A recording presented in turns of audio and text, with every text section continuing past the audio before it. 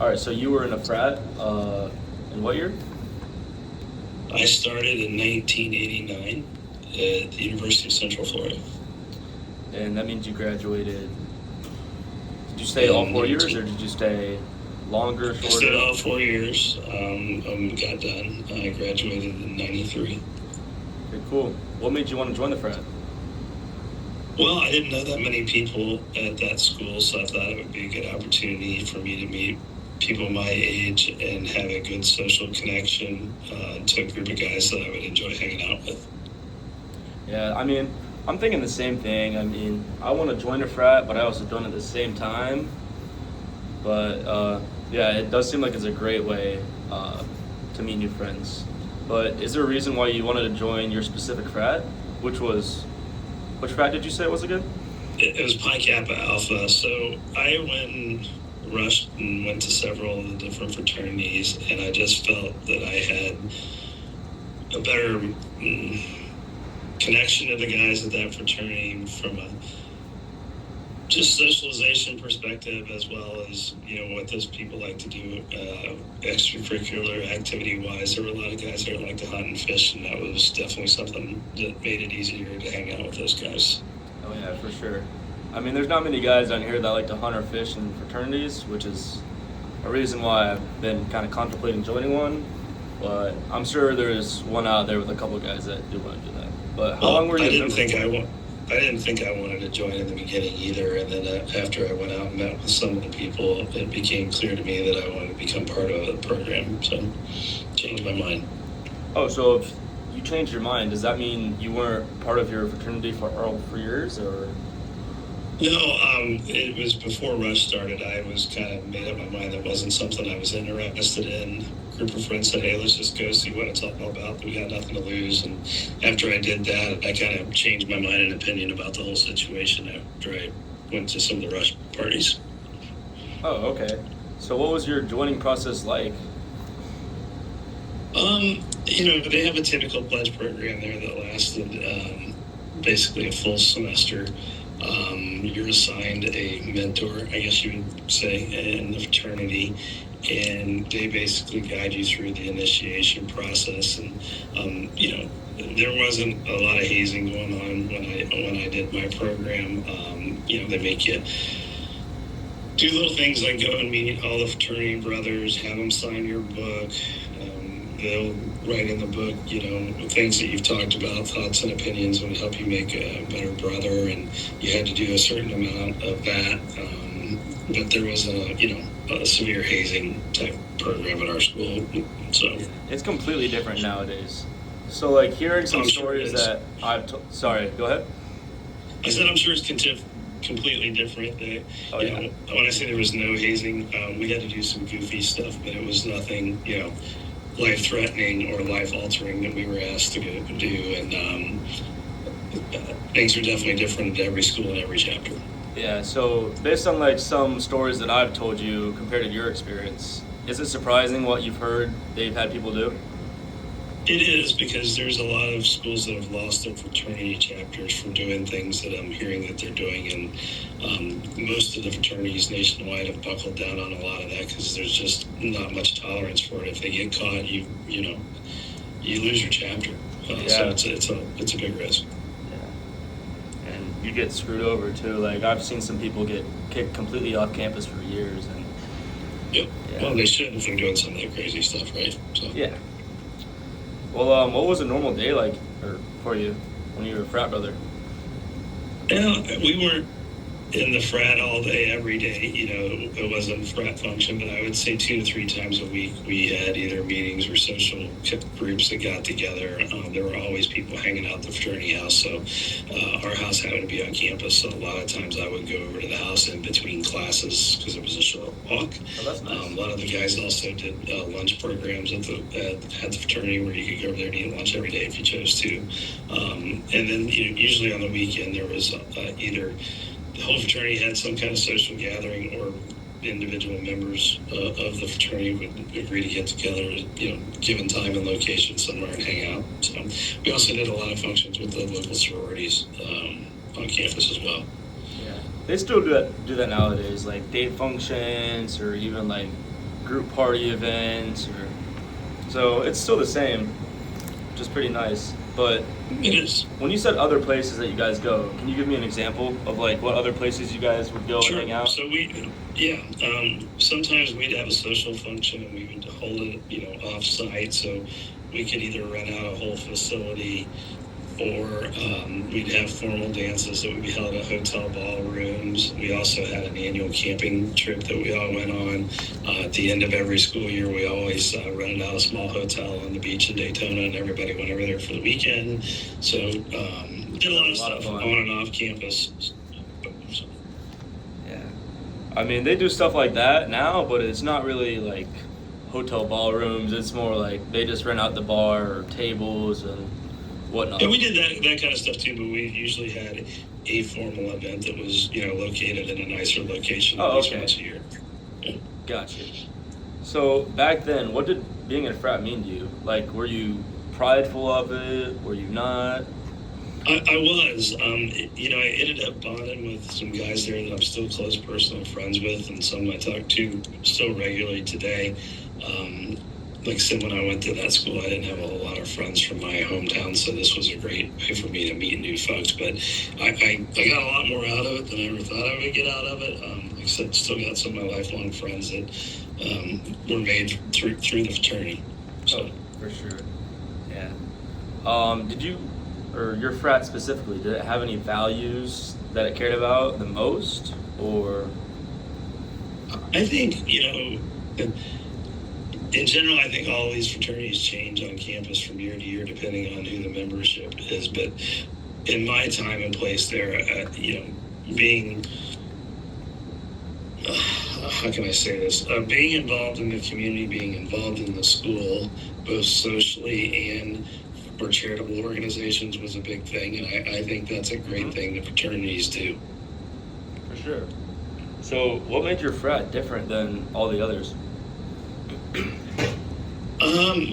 The membership, I guess I would say. I just, again, going back to the people that were in it, I felt like they were like-minded, like goal-oriented, and just had a better personal connection for me than any of the other fraternities that I found there on campus. Okay, that makes sense. Yeah, I was talking to a couple of guys up here too, and they were saying like all the frats have like specific groups of people. Like KA is a good example. It's like a country frat, which is just like a ton of guys that drive trucks and listen to country music. And then Pike, that's a frat where it's just a ton of people from Naples and I forgot the other part of Florida, but yeah. I think they did. They definitely all developed some form of stereotype like you're mentioning, but when I look back on ours, I mean, we literally had every walk of life that you could think of, and somehow we all got together really, really well, but a very, very diverse group.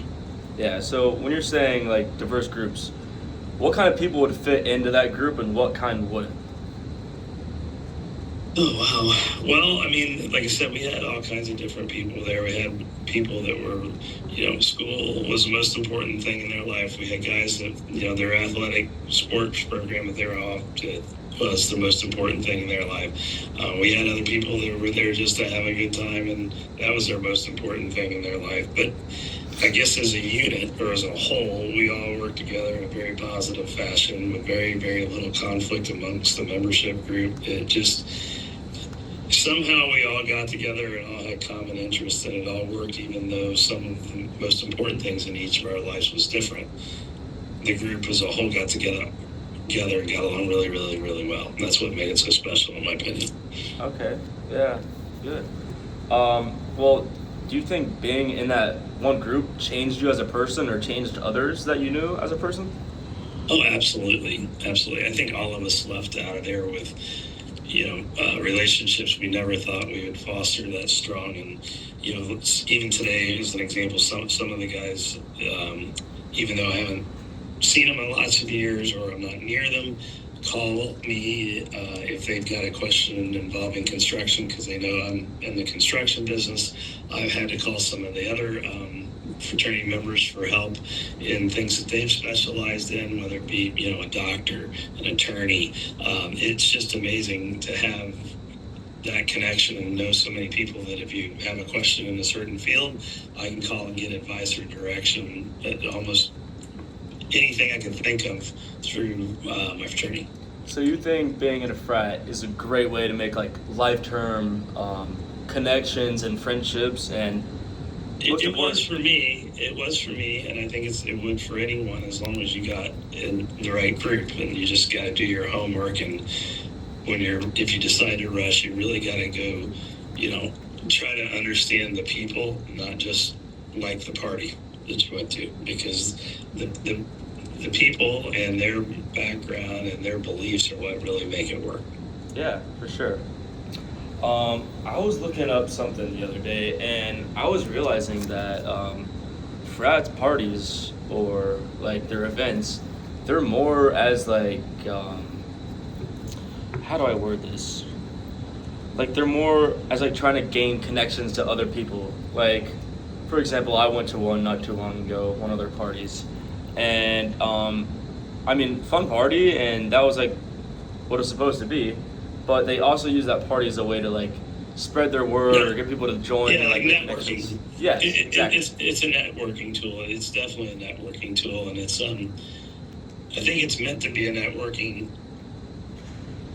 tool, but it's a fun way of doing networking, not just a set format for something where you have to go and hear a lecture or a speech or something like that. Sure. It's a lot more open and easier to communicate in that kind of atmosphere.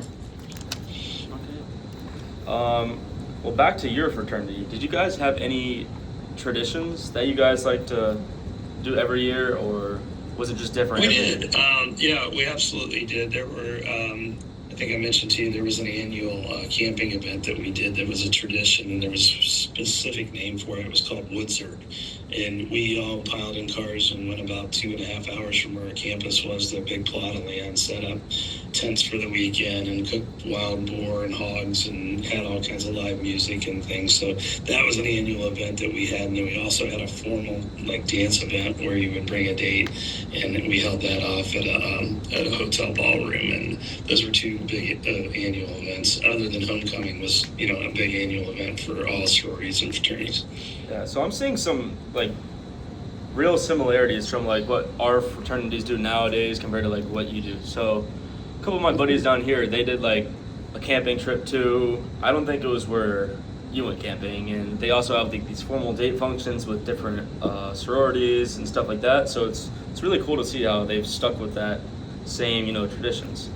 But another tradition, and you weren't forced to participate in all of them. I mean, you kind of pick and choose what works for you.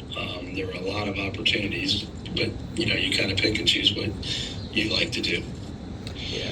So when you're saying that you don't have to choose them all, now pledges, they have to pretty much show up to everything that they're already frat members tell them to. So when you were a pledge, did you have to show up to every single meeting, or there were a lot of things, but they also worked with us. They understood, for an example, if I said, hey, look, can't really do that tonight, I got a major test tomorrow, people understood that.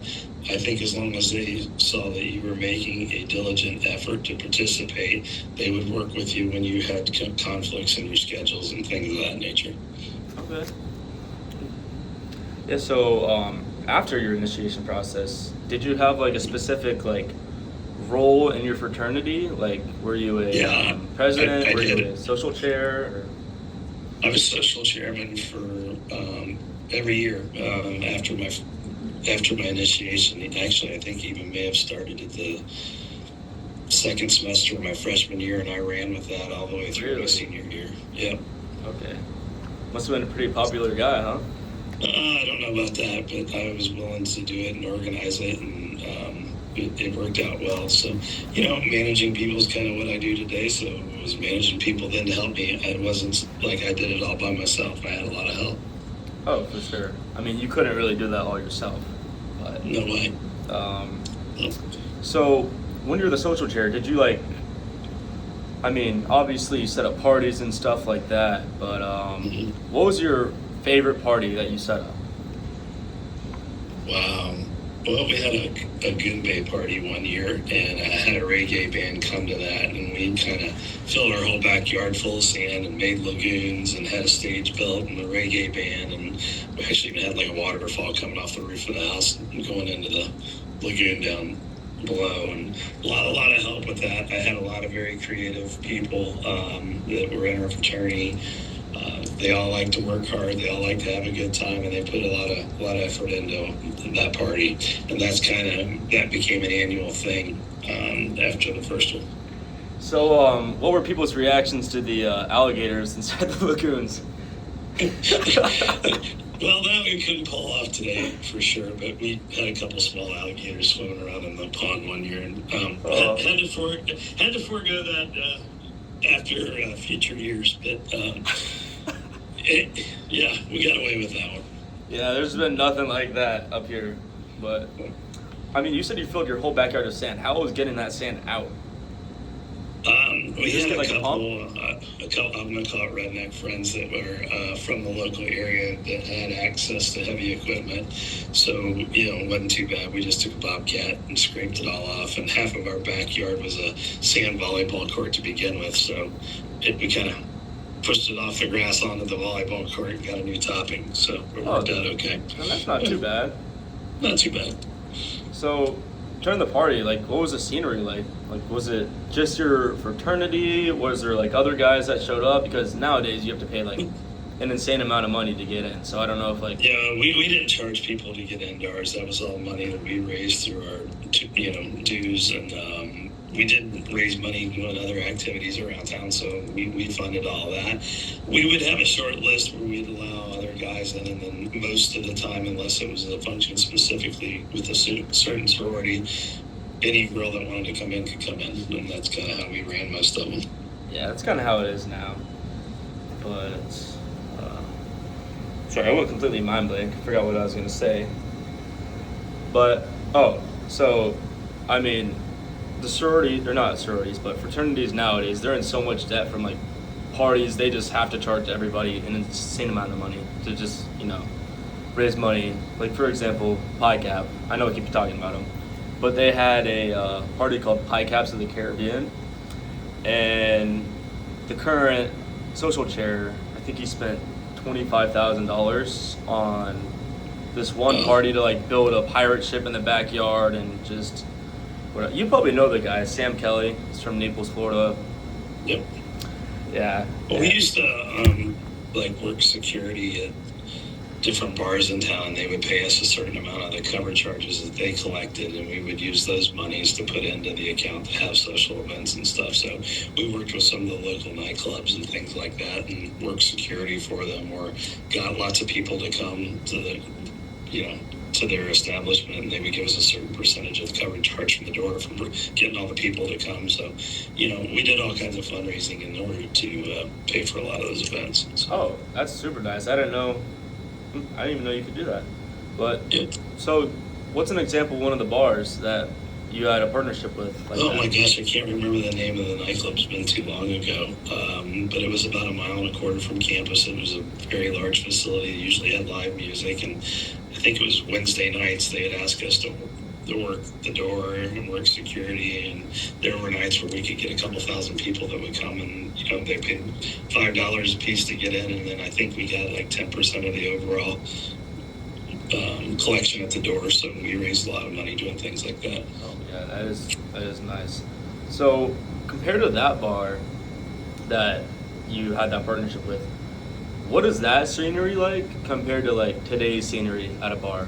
Like, for example, when your daughter graduated, when you went to recess with her and your wife, just how was that compared to, I think they're similar. The only thing I would say that I can note is the ones that I went to quickly in Tallahassee, just a lot more people in them in general than what I was used to experiencing in the ones in Orlando. I mean, the ones in Orlando were so crowded, but it wasn't like wall to wall to the point you couldn't move. And when I've been in Tallahassee the last couple times, it was far more populated. Yeah, especially because you went up during graduation or parents' weekend or whatnot. Correct. So those were always during special event. But that other than that, I would say that everything felt much the same. Just I felt a lot older. That's all. So, just because time's getting short, to wrap it up, what kind of stereotypes did you have when you were in a fraternity? Well, it's funny, kind of a bulk of either being rednecks or jocks, because we had a lot of guys that were from Central Florida area, drove big trucks. We had a lot of guys that were baseball or football players, and then the part that we didn't get much for is we actually had academically probably some of the brightest people, and then they sat in city or university council seats and things like that. So it was a very, very diverse group of folks, even though the stereotypical thing would have been probably rednecks and jocks, and personally don't think I fall into either, nor some of my close friends. But if I had to say what the public would think, that would be what the public would think. You are a little redneck. A little bit, but not to the extent some. Not big Mikey redneck. So. Yeah. Yeah. Yep. So, you do think the stereotypes are kind of true? Yep. Okay. Yeah. I think there's elements of it, right? I don't think any of them are clearly one way or the other, but I'm sure, we have members that fit the mold, right? So. Yeah. Also, what were the best and worst parts about your life being a frat? Well, I guess the scariest part was probably the initial commitment to join. The most enjoyable part was just, I enjoyed being social chairman through the whole thing. I had a lot of help and a lot of support, and it kind of allowed you to be creative. Really enjoyed that. And I guess the negative part was somewhat leaving, because here I leave all my friends, and then you go back home, and home isn't what you remember it, and there aren't people there, and you miss having the people that you know and can lean on and make a phone call to. So it was nice knowing they were a phone call away. So I guess it was the best, but best and worst part were kind of the same, right? The leaving was bad. But the good part was knowing you had the guys you could count on if you needed them anytime. So there was definitely more good than bad about being in 100%. I don't really have anything negative that I could tell you came out of being in the fraternity. You have to understand how to manage your time, whether you've got a fraternity in your life or not. And school's the most important piece of it. And if you've got a fraternity that won't let you manage your school life, you're in the wrong fraternity. So, yeah. So the ultimate question is, would you recommend other people to join a fraternity? Yeah, but it's not for everybody. I think you need to go meet the people. You got to determine if you find comfort in it, and you find the right match. It's kind of like, in a certain sense, almost like getting married, right? Like, it's not for everyone, but if you find the right group, it can be a great experience. I like that. Okay, well, thank you for your time. It was great talking to you. You too.